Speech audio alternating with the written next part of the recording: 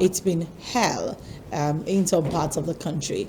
I definitely feel for Governor Nasir El-Rufai, who is in the eye of the storm for whatever reason, why the country seems, or the shift, seems to go to Kaduna. And I think it speaks volume as to the kind of, perspective, daring attitude and daring habit of these scrupulous individuals who have decided to wage war on our nation. But I like what the Vice President called it yesterday in his tweet. He did say that we will prevail, irrespective of what they are trying to achieve. Nigeria will prevail.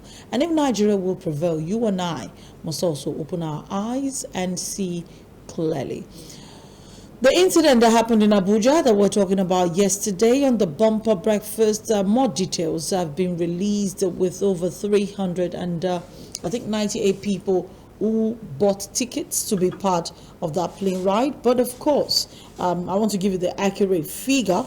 Of the 398 people who planned to be part of that journey, only about 392 thereabout, took the plane ride. Now, of those people, 26 were injured, 8 bodies were recovered, but the search for many still continue. Many of the people who, quite a number of the people who survived the attack and who are being treated at different hospitals did say that the men who attacked them were screaming Allah Akbar, which tells us that the decision of the federal government to declare banditry a form of terrorism and declare all forms of bandits terrorists is the right step in the right direction. It means simply that that's what the jihadists actually do say when they're about to attack for absolutely no reason. These boys apparently were between the ages of 18 and 20. They looked like growing adults, and they had sophisticated weapons. We're sitting on a keg of gunpowder, and the whole nation is in mourning because it's not about the number of people that died. It's the amount, of attack on the country's infrastructure. You're looking at a train station. They talked about another stadium attack. You're looking at so many things that are being attacked at the same time. What exactly are we doing as a people? Yesterday on social media again, people did go out to say that they wanted to see what exactly would happen. They were traveling to Kaduna. Since the activities have been suspended, they were traveling to Kaduna by road, since the train activities had been suspended. Lo and behold, bandits were on the road between Abuja and Kaduna again. And people had to park on the road while awaiting the military to come clear the road before they can proceed. Where are we going as a people? How do we put an end to this? What do we do when our environment, our nation, is under siege by people we cannot even confirm are our people? They said they looked like Fulani. They spoke Fulani, a bit of Hausa. They looked like Chadians, Nigerians. They were unlikely to be Nigerians. How did we get to the point where we should open our borders and the men from outside of our country who have gained entrance into our country by our own faults and our own carelessness have now begun to wage a war on our people? About 500 security personnel came to the rescue of the people, the victims of that attack, the survivors. The banner headline of the Nigerian Tribune tells us Kaduna Train attack survivors recount ordeal with terrorists. Our attackers were between 18 and 20 years. They were Fulani, speaking Hausa, looked like Chadians and Nigerians. About 500 security personnel came to our rescue. 8 bodies recovered, 26 injured, and search continues. Relatives of the men missed loved ones and flood social media. Enemy mounds Dr. Chinelo, a dentist, a beautiful, beautiful young woman who was unfortunately shot. She was the first person to go on social media to say she had been attacked in a train ride from Abuja to Kaduna and she was shot. TUC loses General Secretary Kwara Chairman BOAMD among missing victims. Buhari directs integrated security surveillance meets with service chiefs. Tinubu cancels his birthday colloquium. Osinbajo service chiefs visit the scene, bombard terrorist enclaves. Senate cries out to the military. It's quite a sad one. I read a tweet by one of the men, who work with one of the staff of Governor Nasir El-Rufai yesterday, who described exactly what he saw when they greeted him. Your Excellency, sir, good morning. They said his eyes were red and he couldn't even speak without breaking down into tears. I mean, when your state is under siege, it's only a man that has no feelings at all that will feel that his household is in order. That man must be going through a lot as we speak right now. It's so sad. Dr. Chinelo Megafo was killed. Kwara TUC chairman was also killed. Happens to be the General Secretary of the national body as well. AEDC appoints Adeoye Fadeibi as MD. Elumelu honored a Time 100 Impact Awards. Lagos Police trail sponsors of abductors of school children. Kwankwaso dumps PDP. Ipman blames private depot owners for hike in PMS price. Nigeria has recorded 120 deaths, 659 cases of Lassa fever this year. Federal government declares state of emergency on childhood tuberculosis. EFCC secures conviction of 2,220 for cybercrime, recovered over 152 billion naira. That's coming from Bawa, the EFCC chair. 2022, we will produce acceptable zoning formula for PDP, coming from Samuel Otom, the governor of Benue State. PDP summons AGF, finance reps, summon AGF, finance minister, others over non-implementation of police new salary. Police foil attack on Dangote refinery in Lagos. I do not get it. Why we are talking about more people, attacking infrastructure. It looks as if some people have just decided that Nigeria will not grow. I mean, we're attacking infrastructure and you're talking about it's the fault of the government. Are we serious right now? Dangote refinery is a plus to Nigeria. We are looking forward to that refinery starting activities and possibly rescuing us from the problems of fuel scarcity, the problem of fuel subsidy that we've been dealing with for quite a while. And yet, some people dared to go attack the refinery. I mean, really? What exactly are we talking about? Why have we decided as a people to continue to be saboteurs? Why the sabotage? Why are we punishing our people unduly? Because I can't figure out what we're gaining by doing, and I keep using the word we because this is Nigeria.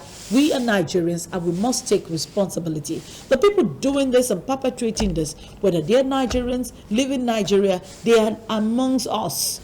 And for some reason, we have decided to turn our eyes away from bad behavior so that they can have peace of mind.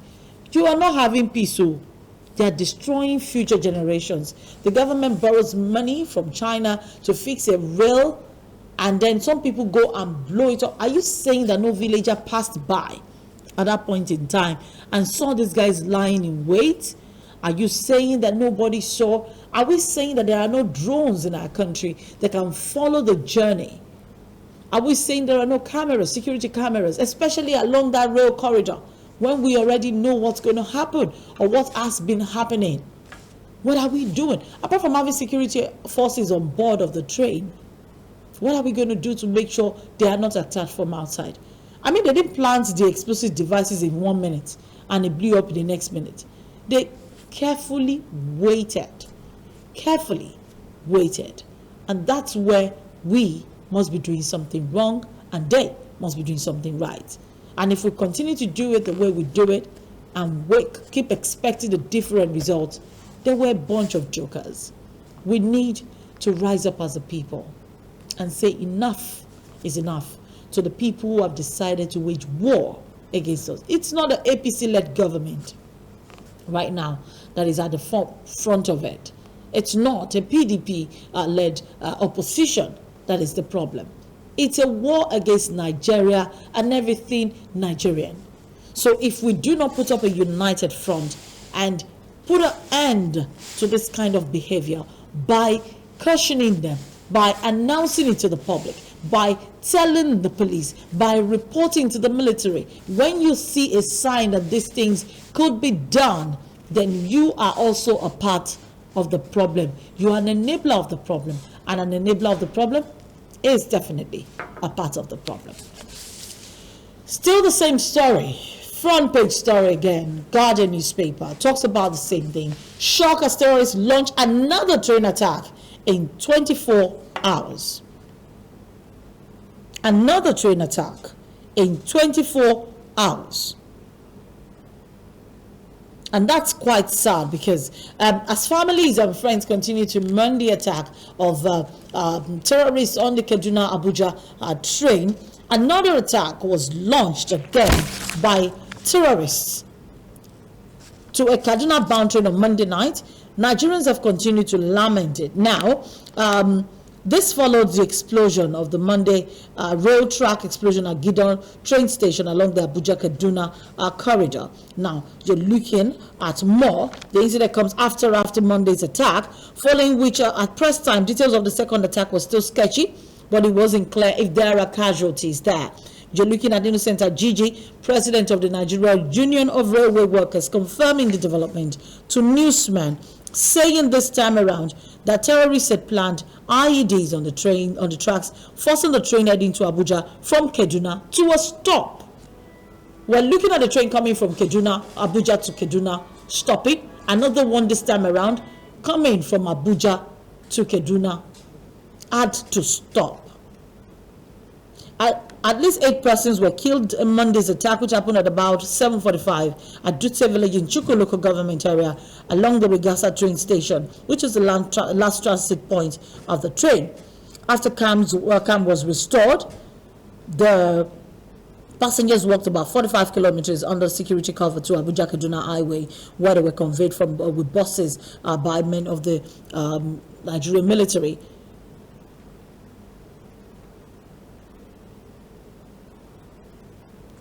My name is Tomisio Ojo, not Miriam. Okay, if you can remove the name. Right, so while we're taking a look at that, we're still talking about another track. Now, the president has also directed immediate conclusion of all the processes for the implementation of integrated security surveillance and monitoring solution for Abuja to Kaduna, as well as extended coverage to Lagos and Ibadan railway line. This is still sketchy. We're looking at more persons, more persons being attacked by terrorists again, same corridor.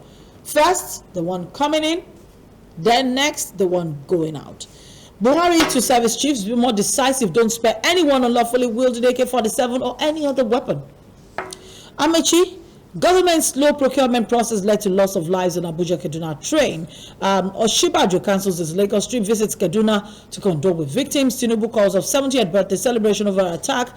You have life is near what less on the APC. Buhari says PDP. NMA mounts Chinelo, decries worsening insecurity. Senators blame failure of government for new dimensions of terrorism. Northern senators charge security agencies to up their game. Now, this next attack was at Regina Kagako local government area in Kaduna, where that train was attacked. Now, that's the this is the Kaduna-Abuja bound train. And Abuja-Kaduna railway corridor again yesterday was attacked by terrorists. Another one in 24 hours. Another one. Oh. Of course, you can see the video right there on your screen. It's the Minister of Transportation, Chibuke Rotimi Amechi, making the rounds, visited the scene of that incident, wanting to know exactly what occurred right there. You're not looking at something that can be brushed aside here. It's something that we as a people must pay due attention to. And it's quite unfortunate. Quite unfortunate. Let's take a bit of comments from that visit, if there are any. Let's take a bit of comments from that visit, and then we can continue with the papers this morning, taking a look at some of the stories that made the front page of the paper. So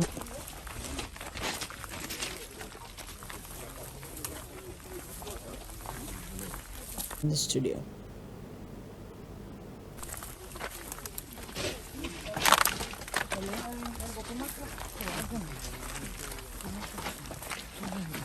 So they were shooting from up there?